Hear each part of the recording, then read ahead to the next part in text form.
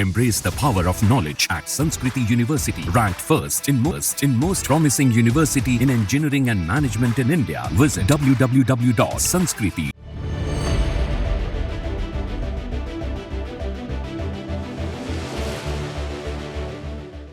नालंदा एक पहचान है, एक सम्मान है।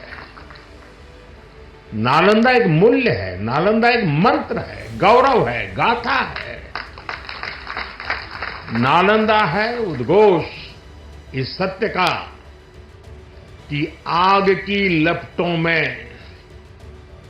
पुस्तकें भले जल जाएं, लेकिन आग की लपटें ज्ञान को नहीं मिटा सकती।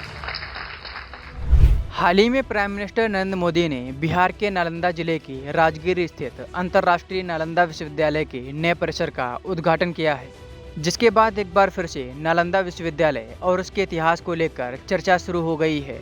आज के इस वीडियो में हम आपको बताएंगे कि नालंदा विश्वविद्यालय को भारत का गौरव क्यों कहा जाता है और भारत के इस प्राचीनतम और महान शिक्षा के केंद्र को क्यों जलाया गया।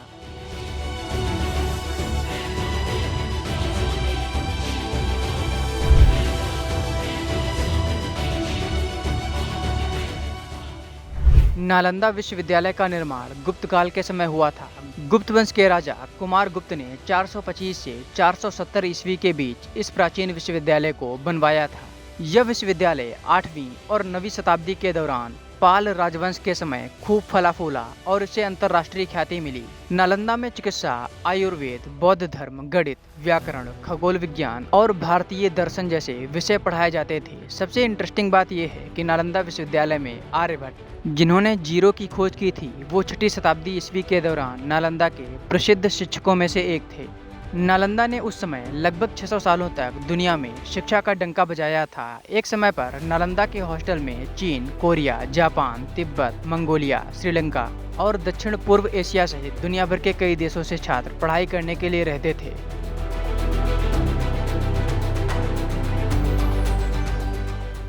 नालंदा विश्वविद्यालय की लाइब्रेरी, जिसका नाम धर्मगुंज था, उसमें 90 लाख से ज्यादा हस्तलिखित ताड़ के पत्तों की किताबें थी। इस लाइब्रेरी के 3 भाग थे, जिनके नाम थे रक्तरंजक, रत्नोदधि और रत्नसागर, जो इसे ज्ञान का दुनिया का सबसे समृद्ध भंडार बनाते थे। नालंदा के ज्ञान के इस भंडार को देखकर ही विदेशी आक्रांताओं ने जलन की वजह से भारत के इस प्राचीन शिक्षा केंद्र यानी नालंदा पर आक्रमण किया और इसे ध्वस्त कर दिया।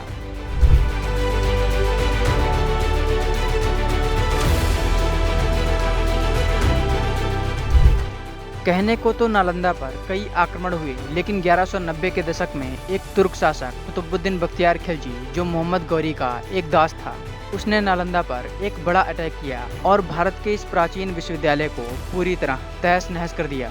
नालंदा विश्वविद्यालय, जिसमें 10,000 से ज्यादा छात्र पढ़ाई करते थे, उसकी लाइब्रेरी में कुतुबुद्दीन बख्तियार खिलजी ने आग लगवा दी। नालंदा की लाइब्रेरी में 90 लाख से ज्यादा किताबें थी, जिसकी वजह से लाइब्रेरी 3 महीने तक जलती रही। कई सोर्सेज में ये तक कहा गया है कि लाइब्रेरी की आग 6 महीने तक नहीं बुझी थी।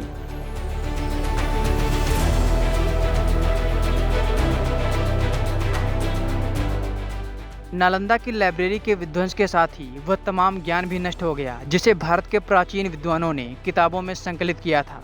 यही नहीं, शंकुलिपि जैसी तमाम लिपियों का भी इसमें पतन हो गया। दुनिया के सबसे प्राचीन विश्वविद्यालय कहे जाने वाले ऑक्सफोर्ड, जिसे 1096 ईस्वी में बनाया गया था, उससे नालंदा सैकड़ों साल पहले बना था। और अगर ऑक्सफोर्ड की तरह नालंदा भी सुरक्षित रहता, तो यह भारत ही नहीं बल्कि पूरे एशिया महाद्वीप में शिक्षा के मामले में क्रांति ला सकता था। लेकिन आज लंबे समय के बाद एक बार फिर से प्राचीन नालंदा के खंडहरों के पड़ोस में नालंदा विश्वविद्यालय की नई प्राचीर का निर्माण हो चुका है, जिसे आप इन तस्वीरों में देख सकते हैं।